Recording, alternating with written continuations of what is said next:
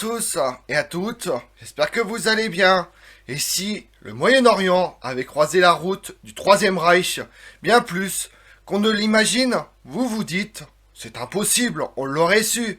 Eh bien si, pendant la Seconde Guerre mondiale, une alliance secrète, des intérêts communs, une stratégie politique rapproche les deux mondes, que tout semble opposé pourtant, entre propagande, rencontre inattendue, ambition géopolitique.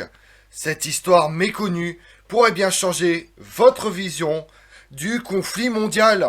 Alors, simple coïncidence historique, véritable stratégie oubliée. Mohamed Amin al-Husseini, figure centrale du début du XXe siècle, a occupé le poste de grand moufti de Jérusalem de 1921 à 1948. Sa trajectoire politique, marquée par une opposition déterminée au mandat britannique et au mouvement sioniste, l'a conduit à nouer des alliances, notamment avec le Troisième Reich, durant la Seconde Guerre mondiale. Exilé par les Britanniques en 1937, il mise sur une alliance avec l'Allemagne, dont il sert la propagande pendant la Seconde Guerre mondiale, dont il approuve la politique. Cette aventure vise à analyser en profondeur cette alliance en détaillant le contexte historique, les motivations, les actions entreprises, les conséquences, ainsi que les interprétations et les débats qui en découlent. Vaste sujet comme vous vous en doutez, allons tout de suite le voir. Au début des années 30, le Moyen-Orient est traversé par de profondes tensions politiques et sociales. La Palestine, sous mandat britannique, connaît une montée des revendications nationales arabes face à l'immigration juive croissante et aux politiques coloniales. En Europe, la montée du nazisme et la consolidation du pouvoir d'Adolf Hitler bouleversent l'équilibre international, tandis que le Troisième Reich cherche à étendre son influence au-delà des frontières. La situation en Palestine est exacerbée par des affrontements entre communautés, des grèves et des révoltes, dont la grande révolte arabe de 1936-1939, soutenue et dirigée en partie par al-Husseini. Sur le plan international, la question du Moyen-Orient devient un enjeu stratégique pour les puissances européennes, qui cherchent à renforcer leur contrôle sur la région, tout en répondant aux aspirations nationalistes locales. La victoire britannique sur la guerre anglo-irakienne le force à fuir sur le territoire de l'État impérial d'Iran. Après l'invasion anglo-soviétique de l'Iran, al-Husseini était filtré en automne 1941 par les services secrets italiens vers l'Italie, où il réside pendant un mois. Le 27 octobre 1941, il est reçu par Benito Mussolini, qui accepte le principe d'un soutien de l'Axe à sa cause. Selon le récit d'al-Husseini, ce fut une réunion à l'amiable dans laquelle Mussolini exprime son hostilité envers les Juifs et le sionisme. Benito Mussolini et l'Italie avaient soutenu financièrement les rebelles arabes lors de la grande révolte de 1936-1939 en Palestine. Le 28 novembre 1941, al-Husseini se rend en Allemagne où il est reçu par Hitler. L'alliance entre Mohamed Amin al-Husseini et le Troisième Reich découle de plusieurs facteurs idéologiques et stratégiques. Al-Husseini voit dans l'Allemagne nazie un allié potentiel contre le mandat britannique et le projet sioniste, les deux étant perçus comme des obstacles à l'indépendance arabe et à la préservation de la Palestine. Les motivations idéologiques sont également alimentées par une opposition radicale au sionisme et par une volonté d'obtenir un soutien international pour la cause palestinienne. Sur le plan stratégique, al-Husseini cherche à mobiliser les ressources politiques et militaires du Reich pour influencer sur les décisions relatives à la Palestine et pour freiner l'immigration juive. Pour le Troisième Reich, en revanche, l'alliance avec des leaders arabes permet de déstabiliser les puissances britanniques et françaises en exploitant les tensions anticoloniales tout en affaiblissant leur position au Moyen-Orient. Mohamed Amin al-Husseini, le grand mufti de Jérusalem, s'exile en Europe en 1941, où il rencontre des responsables nazis, dont Adolf Hitler. Il participe à des campagnes de propagande, notamment par le biais de la radio, incitant à la révolte contre les Alliés et à l'opposition au sionisme.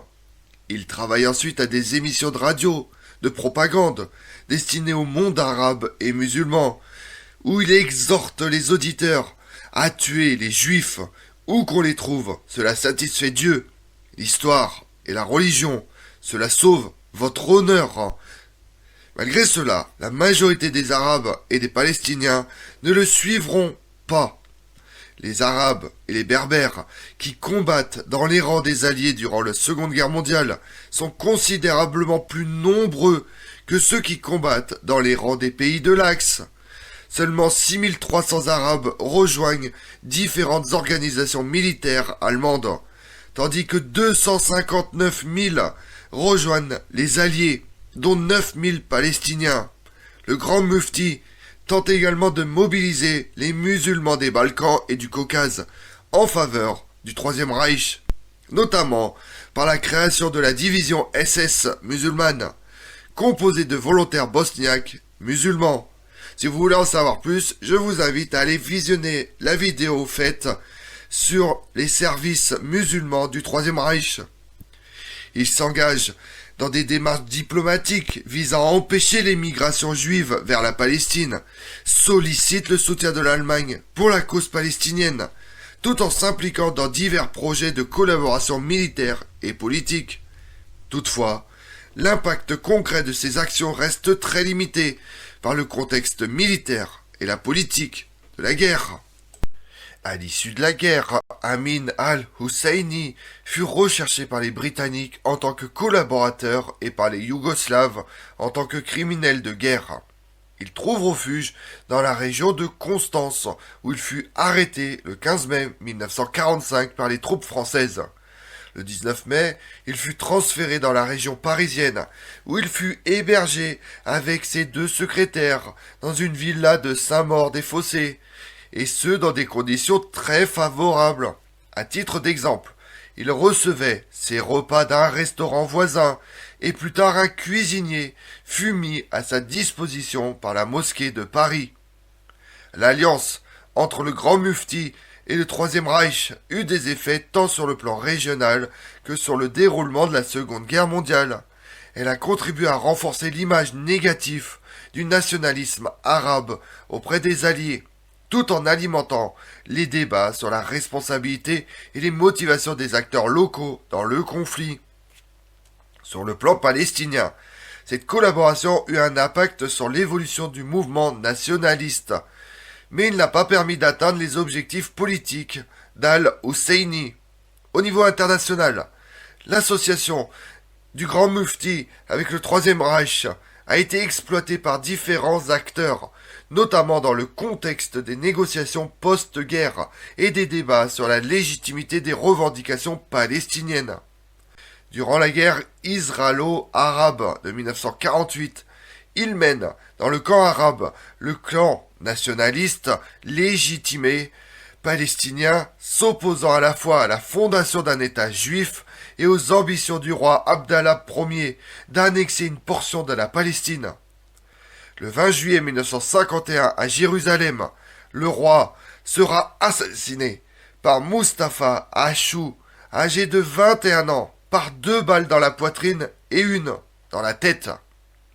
À la suite de son isolement au sein du monde arabe et de la mort de ses 2 officiers sur le terrain, Abd al-Kader et Al-Husseini Hassan Salamen, son influence sur la guerre sera très limitée.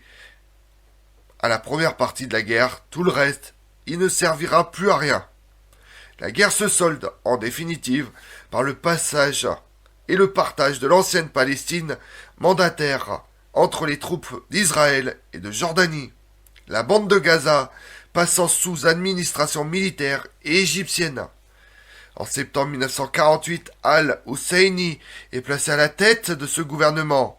Son frère, nommé ministre des Affaires étrangères, et un autre membre de la famille Husseini, ministre de la Défense.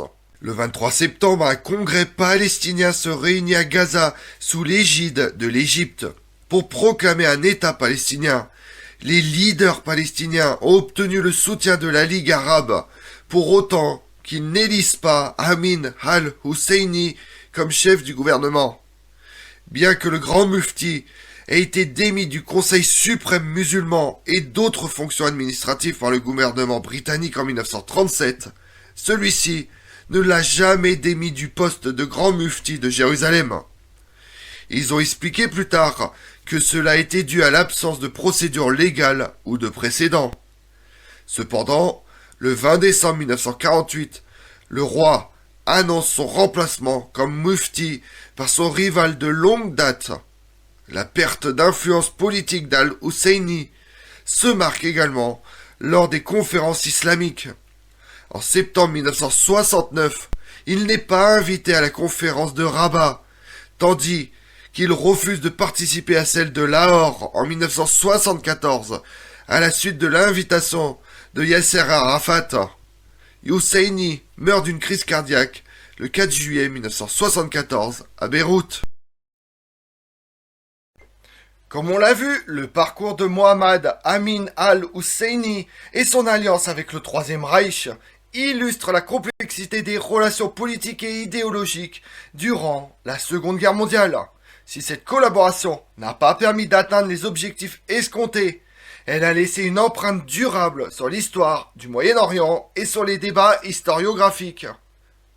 Avec cette vidéo, on a pu voir comment mieux appréhender la diversité des motivations, des stratégies des acteurs locaux face aux enjeux internationaux, tout en soulignant la nécessité d'une analyse rigoureuse et objective des faits. On ne juge pas, on ne fait pas de politique, on est là pour dire simplement les faits. Je vous remercie d'avoir suivi cette vidéo en ma compagnie. Si vous voulez connaître mes autres vidéos, retrouvez-moi sur ma chaîne YouTube Tout sur l'Histoire avec Damien, mais également sur les réseaux sociaux, Twitter et Instagram, Histoire Damien. Et pensez à liker, commenter et vous abonner. Je vous remercie à tous.